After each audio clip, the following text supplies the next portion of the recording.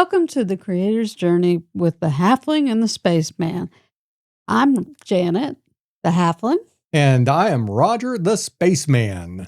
We love talking to creators about their journeys, and we're happy to have with us today Vinnie Sirna. He is a cosplayer with a soft spot for playing villains. Dun, dun, dun. And although he has a tendency toward villains, his cosplay portfolio runs the gambit between comic book characters, anime characters, you name it. So he's got a very extensive portfolio. Welcome, Vinnie. Thanks for having me. I'm glad to be here. First time podcast. It was so maiden voyage for this kind of stuff.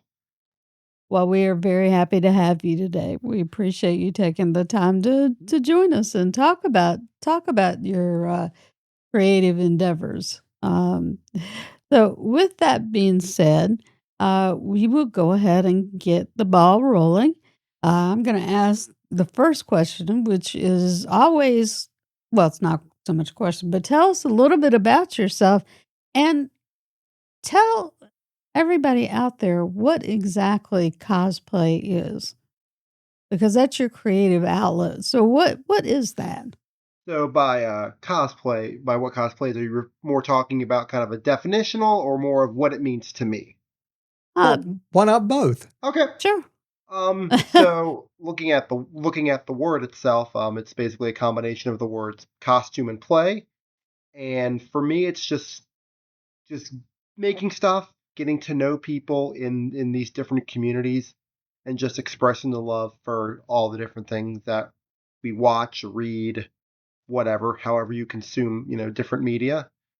For me, it's also I've always been theatrically minded. I did theater in high school, more on the stage, so it's a different, not where I expected to go in life, more of behind with the costuming side of things, but there is still that play aspect in there, the performing arts, that whole thing.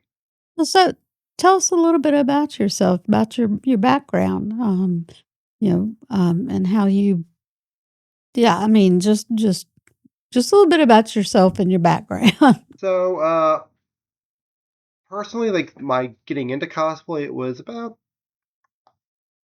9, 10 years ago, probably closer to 9, but who's counting at that point? I was at a point where I was like, I need something to do to challenge myself. I'm a creature that just needs to constantly be doing, constantly evolving, just getting better at something. Mm-hmm. And I'm looking also at kind of my life in general. It's like, oh, yeah, Comic-Cons exist. I've never done them before. This would be something fun to do. And it kind of just kicked off from there. I picked a character, Ninja from Power Rangers. It was more of an armored build. I was like, well, I don't really know what I'm doing, so let me just take the aspect of this character, who's basically a ninja, and just translating different design aesthetics from a armored, bulky guy to something more of a fabric-based ninja-styled outfit. And then from there, I kind of got the bug, and it just can't stop, won't stop, as it were. In my day job, I'm kind of the opposite of performing arts and more data minded. I'm a data analyst, data and business analyst for my job. So I'm constantly using different sides of the brain, and yeah, that's kind of the big points about me. Well, Vinny, as someone who works in data administration in my day job, I feel you. You got to do something creative because the numbers will drive you mad. That said, I do like what I do, but it's nice to have that balance. Even being someone who wasn't in that particular field, I still appreciate the fact that we have, our creative endeavors that we can, come home to after a day in the salt mines, so to speak. I dealt with different frustrations and different stresses, but I certainly appreciate having that opportunity to have the creative outlets. I mean, our podcast and the other projects that we're doing, they've been great because it gives you a break from the mind, the mind of your day job, The everyday grind. From one grind to another, a lot of times it feels like, in a good and a bad way, but yeah. Exactly. So, Vinny, what were your earliest fan loves? What kind of things really got you going when you were young? So, looking as I was thinking about this question, I had an epiphany of all the things. My big top fandoms are just revolving around characters that are trying to do good, trying to do the right thing, and just being decent people and kind to one another. Among them are your tokusatsu genre. So, for those who don't know, tokusatsu, literally the Japanese word meaning special effects. And those include series like your Godzillas, your Ultraman, Kamen Rider, Super Sentai, Power Rangers, stuff like that. And kind of blending into the cosplay side of things, I've always admired how you have these very intricate suits and just the pairing of suit acting, voice acting, in-person acting to just create this wonderful experience of just it knows it's this stuff knows it's goofy, but it embraces it and it treats itself with respect and decorum.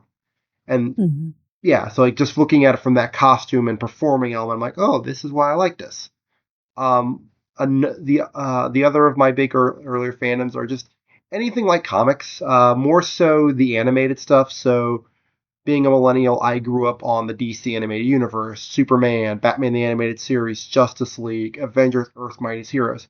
Just going once again, characters who are trying to do the right thing in a world that may not often appreciate them and discourages them from doing it. And it's watching those mediums were a great distillation of all of these iconic series. Like if you watch, X-Men the Animated Series, they distill the entire Dark Phoenix saga into a digestible 5-episode miniseries of sorts. So it's just just the DC, the Marvel comics, that whole animated side of things, and it's been kind of my gateway, with the boom of the MCU, and now we're going in the DCU. Just being more, it's given me kind of a good knowledge and more of a thirst. Just okay, let me actually read the comic books. And then last are just Transformers. I mean, there's a great story with Peter Cullen, who why that role means to him is just being a kind, larger than life creature while also being so very human. And it's just something that I've just always admired I've always loved those personalities in that medium. I am a big fan of the 90s X-Men Mm-hmm. animated TV series. Mhm. It is better than the best parts of all the Fox X-Men movies Yeah. combined. Well, it's very interesting. It's just you're looking at the way different mediums were produced. It was, and also the time frame that they were in. The X-Men movies were, well, we want to make money off it, but we have to make it not as goofy. And whereas the X-Men animated series, like, okay, they had comic writer Len Wein on that, and just so many people who most likely grew up with the comics Hmm. and realized the potential. Okay, we can do something with this, and we've kind of come full circle with the way superhero media and just media in general is, where it's more of a embracing of, okay, yeah, this is goofy. Yeah, Superman has tights on his wearing his trunks on the outside, but it's fun. It's just it it's enjoying. It's just more of the appreciation and less of the derision. Like you watch X-Men 97, there's that line, what did you think it was going to be black leather? Where audiences just want that authenticity and just enjoyment of things. Right, right. Well, and I think that's something that to carry forward in doing cosplay Mhm. is that, the whole purpose of cosplay is to have fun. Yeah. And I mean, you can correct me if I'm wrong because I'm not a cosplayer. I mean, we know a lot of Yeah. cosplayers. We know a lot of cosplay. But in general, it's not so much about how closely can you can you make yourself look like a particular character? It's more of, well, this is the character that that I'm playing, that I want to be, and I'm sort of the essence of that character. I may not look exactly like Yeah. that character, but I'm having fun, and it's what I want to be, Yeah. right? I mean, is that kind of your attitude toward? It's so I am a perfectionist. So that being, I am that breed of cosplayer where if I'm going to do something and it's going to be based off of a specific version, it's got to be as very close to accurate as possible. For me, that's my fun at times, but fun, it's like fun after the fact, maybe not during sometimes, but it's, yeah, I do acknowledge that's a point that is also true, just being these characters, dressing up, performing, that whole thing, showing your love, even if you don't, even if you're not a one-to-one thing. I think it's just one of those things where some people like the whole 100% screen accuracy or 100% page accuracy versus I'll just go for the general style. And it just depends on the take. If you're doing a different take on a different character, then some people may want that leeway. So I think it just comes down to everybody has their own distinct preferences. Mhm. Yeah. Very, very, very much Yeah. so. Very much so. So a question arises that once you started getting into cosplay, uh, did you find that the people that you were surrounded with, family, friends, coworkers, etc., that did they really understand the concept? Did they say, "Oh, that's cool," or did they look at you like you were some weirdo from outer space or something? Hey, I'm the weirdo from outer space. You are the spaceman. That's right. The weirdo from outer space. Oh, sorry, Vinny. Oh, you're good. So thankfully, most likely because of I did theater in high school, and the people that I've been before meeting con people, I was never in a position of that. Oh, this is weird. Oh, you're being weird for doing it. I have seen personally some people not understand the whole spending X amount of money to meet a a celebrity or something like that, and I get that but 99% of my personal experience has been okay. Has been like, oh, cool, that's awesome. I am grateful enough that certain people at my job know what I do as a hobby, and they're like, oh, this is pretty cool. This is you make all this stuff. That's awesome. So I have been very fortunate to have a supportive circle that encourages it. What outside of work, it's where I also make most of my cosplays. I'm part of a local makerspace, so there is that Mhm. environment that's also just geared towards making stuff and the people who are of that mindset. Okay. Okay. Well, the next question, Vinny, we have for you is how does your fandom drive your creativity? And you've already touched on that a little bit. Could you give us just a little bit more detail on how the things you love influences the cosplay that you do? So I am a big proponent of the play aspect of it. So one of my favorite builds is Arnim Zola from Marvel with the Jack Kirby design with the giant screen on his chest, giant robot man. So Hmm. I go to a con. So I knew somebody who does Sam Wilson Captain America, and I think that presents a good opportunity for doing photos with them because you can bounce off somebody of okay Captain America is going to beat up the bad guy, or I Mhm. also do the Golden Age Mr. Terrific. I know somebody Oh. else who does the Michael Holt version that was in the Superman movie. So you've got that, you can do fun opportunities where okay, we're going to do the old version and the new version, teaming up, something like that.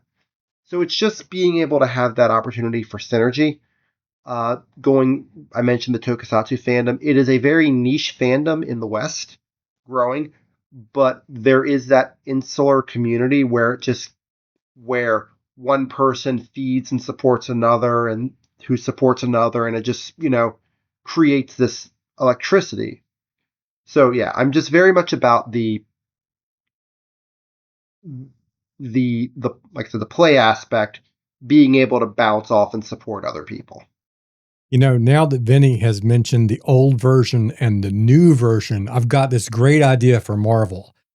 Let's have a Nick Fury Agent of S.H.I.E.L.D. movie with David Hasselhoff and Samuel L. Jackson.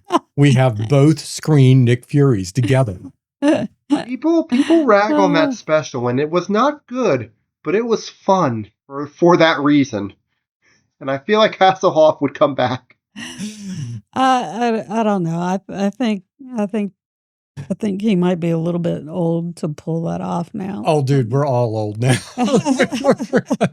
Except for Vinny. Vinny's still young. What are you trying to say? I'm saying that. Never mind. Don't put the other foot in your mouth. Okay.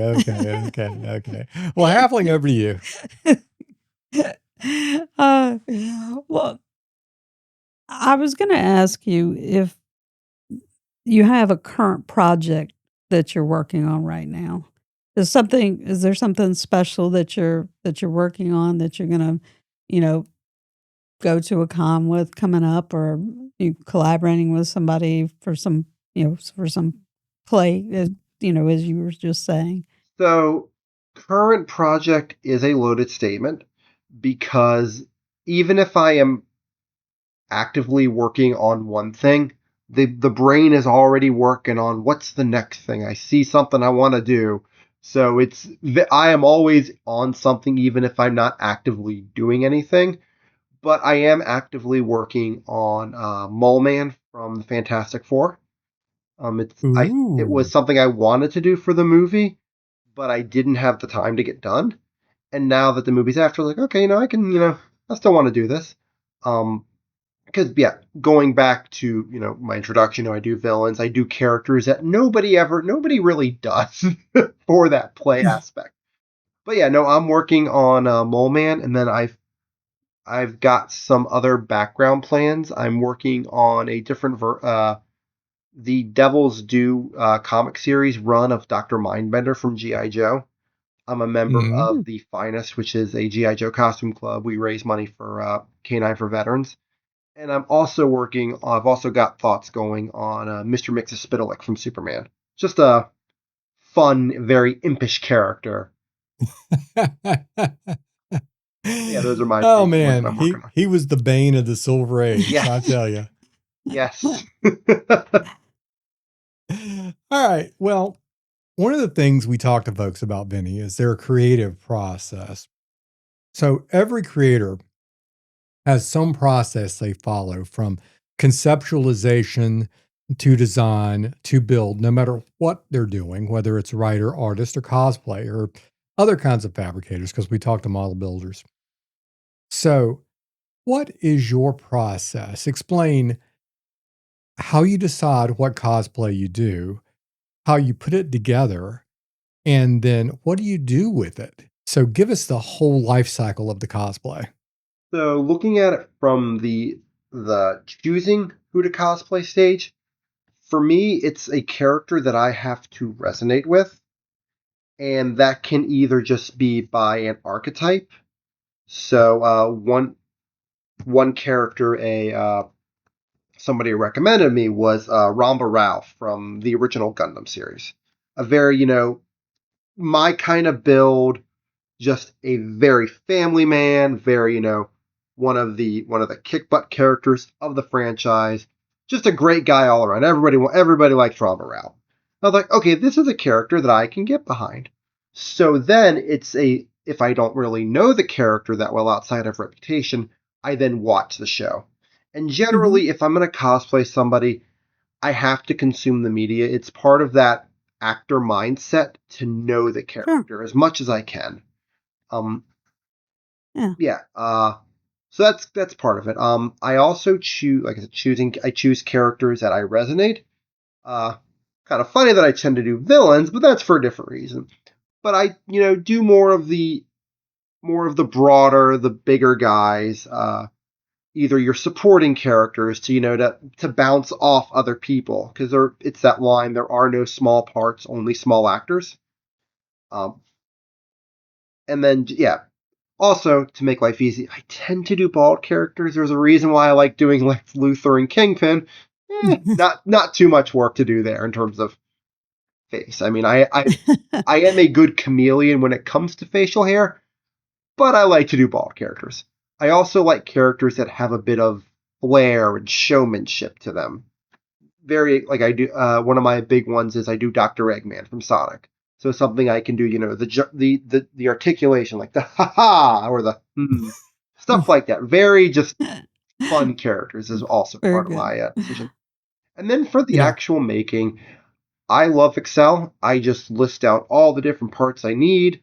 If it's parts that I need to buy, I just mark, how much they are, put a hyperlink to them, and then everything's checked off. And then I tend to work on, and then in terms of the actual construction, there is no real rhyme or reason. It's more of just whatever my brain says, all right, work on this now, work on this part now. And then I try to maintain some sort of, okay, we're going to do this one first, then we're going to do the next part. Sometimes I work on multiple pieces at the same time, but yeah. And then once I'm done, I just, every con, my goal is to, especially if it's newer stuff, every con I do a photo shoot with somebody. I've met a lot of great photographers over the years. So and then once the photo shoot's done, post them on my social media. And then I also just want to collaborate with other people who are, doing X thing. And that's kind of the main life cycle of my cosplay. That's pretty detailed. I mean, take us step by step. I appreciate that. I like the spreadsheet. Thank you. Yeah. Of course, I would like the spreadsheet. Of course you would. I feel the urge to make a spreadsheet now. As soon as we get done with this, I'm going to go hit Excel. Thanks, Vinnie. I appreciate that. Well, okay. Full disclosure on me. I once had to play Toto in the school play from The Wizard of Oz. My outfit, my costume was brown pants and brown shirt and a burlap sack. And I had to go around on all fours and yip. And that's method acting. That's method acting. Feel the Toto. Understand the Toto. Like, we're talking like fourth grade. Yeah. I played Toto. All right. Next question. Anyway, sorry. So, how did you develop your skills as a cosplayer? Did you have a mentor, or did you watch YouTube? Because you can find everything on YouTube now. I will say it is a multi-part answer. When I started, it was definitely YouTube and just finding what I can and trial and error. Over the years, I've met a lot of good people, a lot of people who are sometimes I would say are probably better than me, because there's always, somebody you can look up to. So just bouncing ideas off. I've also been fortunate enough, as I mentioned, to join a makerspace where it opened up the tool set. We've got a large format laser cutter, so that's great for foam, stuff like that. And just being able to, in addition, gaining access to tools, the temperance to not rely on said tools for everything, just because it is the newest and it's a giant, piece of machinery you can use. If I need to cut, circles out of foam, I'm going to laser cut. It just is efficient, saves time. But there's also the temperance of knowing, all right, I've got this armor pattern. It's probably easier just to cut it out just trace it out and then cut it out by hand. And I think, and having that temperance to me is also just a great skill in and of itself. And then going, and at that makerspace, I people who are also creatively minded, just another avenue to bounce off ideas. So in summary, it's just an evolution of starting out by myself, YouTube, and then as the network grows, just more and more people to communicate with, get advice, give advice, and just bounce ideas off of. Do you find that the cosplay community, at least, and I know it's huge, so when I say community, I mean, I understand that, you probably just you probably are just experiencing one small part of that community, but do you find that they are supportive and willing to help and share ideas in general? I've just from my experience, yes. I mean, I also make it a habit to try to find like-minded people. So that does help. Just good people, and not even just good cosplayers, just good people to Mhm. be friends with, because it's all life's a journey and all that stuff, and it's just important to have community. I think, and if you have community, it needs to be with good people that you can rely on, trust, and just be around. Wonderfully put. And we 100% agree. Absolutely. So, Vinny, we're coming time to wrap up, but I want all our listeners to know, where can they find out more about Vinnie Sirna and his cosplay? So I am on a multitude of social media platforms. My handle is SirnaCosplay, all one word, Sirna, and I am on the typical places: Instagram, Facebook, Threads, Twitter. I do what else? I do Blue Sky. Yeah, and those are my big main ones. All right, And we'll I make typically sure that do we get and those. if in-person stuff, I typically do cons on the East Coast, so in the DMV, in the Delaware, Maryland, Virginia area, or DC metropolitan area. So TatsuCon, AwesomeCon, Otakon, Baltimore Comic Con, and locally Ocean City Comic Con. So I'm Mm, always looking to branch out more. Awesome. All very right, good. we'll get those contacts in the show notes. Yeah, absolutely. Thank you. And we want to thank you so Mm-hmm. much for talking with us today. It has You're been a welcome. real Thank you. pleasure. We've had a great time getting to hear about your creative journey and telling us all about your cosplay adventures. Thank you guys for having me. I appreciate it. And we want to thank our audience for joining us today. And we hope that you've been inspired and entertained by today's guest, cosplayer and fabricator, Vinnie Sirna. And this is the Spaceman for the Halfling and the Spaceman podcast. Over and out.